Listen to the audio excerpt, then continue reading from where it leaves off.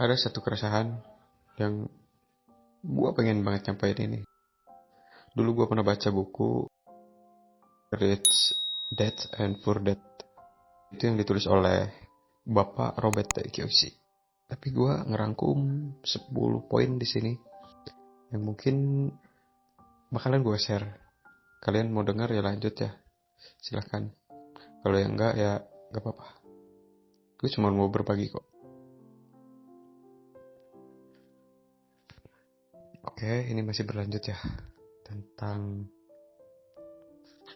Rich Dad Poor Dad karya Robert T. Kiyosaki. Pelajaran penting dari buku ini, yang pertama, bayar diri Anda terlebih dahulu. Kebanyakan orang memperoleh dan membelanjakan gaji mereka dengan hidup dari gaji ke gaji. Orang kaya selalu membayar dirinya sendiri terlebih dahulu.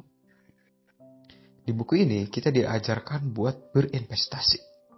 Investasi tidak hanya soal uang, menyimpan uang ya, tapi investasi ke dalam diri sendiri, yaitu kita harus bisa menambah keterampilan. Kita harus rajin membeli buku dan kita harus mencari pengalaman.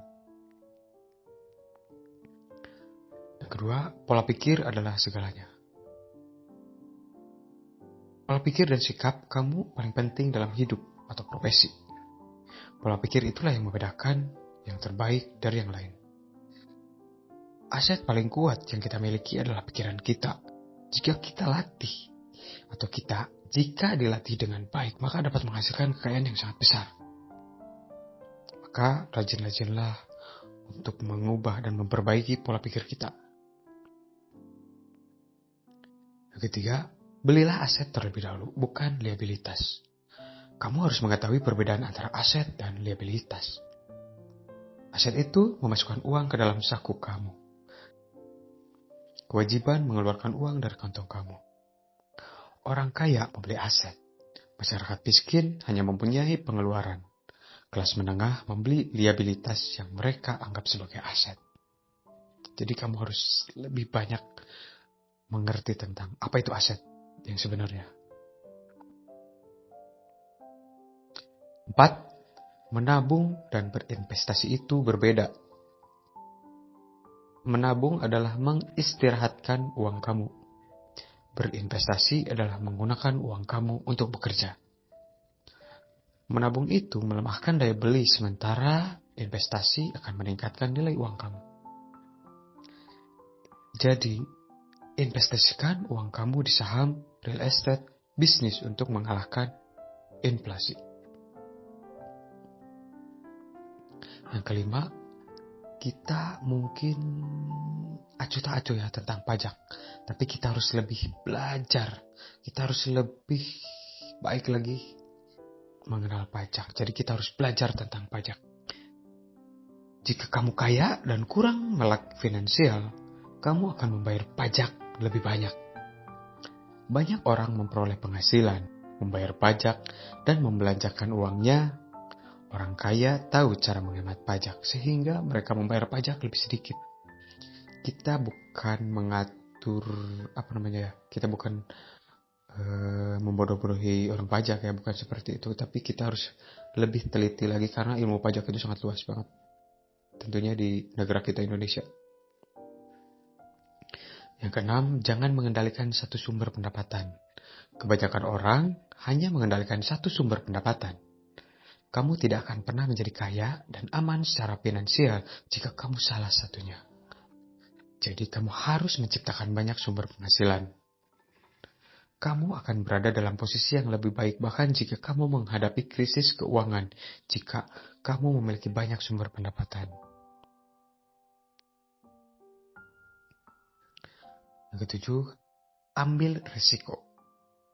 Jika kamu tidak mengambil risiko, kamu tidak akan bisa berkembang. Jika kamu menginginkan sesuatu yang besar, kamu perlu mengambil risiko dalam hidup. Di buku ini kita juga diajarkan tentang menjadi melek finansial. Kita diajarkan tentang uang, segala hal, kan? Uang memainkan peran penting dalam kehidupan. Tetapi sekolah kita dulu tidak mengajarkan tentang cara menghasilkan uang, mengelola uang, atau menginvestasikan uang. Uang tanpa kecerdasan finansial adalah uang yang akan segera hilang. Begitu prinsip uang. Arus kas menceritakan kisah tentang bagaimana seseorang mengenangani uang. Kamu harus belajar mengelola dan menginvestasikan uang untuk menjadi melek finansial. Yang kesembilan adalah kekuatan asosiasi. Penting nih, pilihlah teman kamu dengan hati-hati. Kamu harus bergaul dengan orang-orang yang berpikiran positif, memiliki gairah, dan suka berbicara tentang ide, tapi bukan tentang orangnya. Kamu harus bersama orang-orang yang memberi nilai tambah pada hidup Anda. Jadi jika teman-teman kamu memiliki hal-hal yang negatif, pastikan kamu juga bisa ya. Jadi lebih baik yang toksik, yang merugikan, dan yang gak membangun kita, yang gak ngobrolin ide-ide, kita harus jaga jarak sama mereka. Yang ke-10, ini paling penting sih, karena kita harus bisa mengendalikan emosi kita. Tahu nggak sih, emosi itu memainkan peran penting dalam kehidupan, bahkan dalam mengelola uang juga. Kamu harus belajar mengendalikan keseimbangan emosional dan fokus untuk mencapai tujuan keuangan kamu. Ada lagi nih, yang terakhir aku bakalan ngasih tahu tentang ini ya. Ada satu kutipan yang bagus ini dari buku ini tentang kehidupan manusia selamanya dikendalikan oleh dua emosi. Yang pertama adalah ketakutan dan keserakahan. Kita harus hati-hati tentang mengelola ketakutan kita, dan kita harus lebih mengenal apa itu serakah. Apakah kita memiliki emosi itu? Kita harus lebih mengontrolnya, karena satu-satunya cara yang lebih baik adalah kita mampu mengendalikan emosi kita dan pikiran kita. Maka kita akan bisa mengendalikan penuh apa yang bisa kita kontrol. Oke, sampai di sini. Seperti biasa, sampai jumpa.